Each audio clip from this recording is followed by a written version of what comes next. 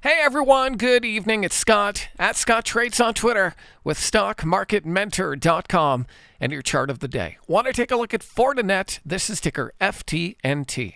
Now, Fortinet is holding up relatively well considering SPY and the Qs are both under their 50-day moving average. FTNT is above the 50-day moving average and today found support in and around its 21-day EMA. So near term, I can see some support on Fortinet right around 105. And I see a bit of a downward sloping trend line here as well, where we have what seems to be a small flag formation.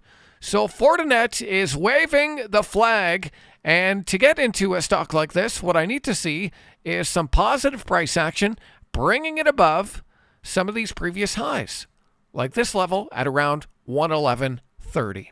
Now, this is how this stock is traded historically. We see earnings back here in November, big move up on earnings, and then a pullback to the moving averages, and it printed a bit of a flag pattern and then resolved to the upside, just like that.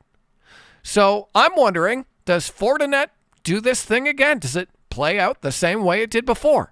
Now, for that to happen, we're going to have to see this get above and stay above 111.30 and do it on volume. So that would be my trigger for a trade here on FTNT. So that's a quick and dirty look at Fortinet, and it's one of many stocks that we're following over at StockMarketMentor.com. I hope it was helpful. Have a great weekend.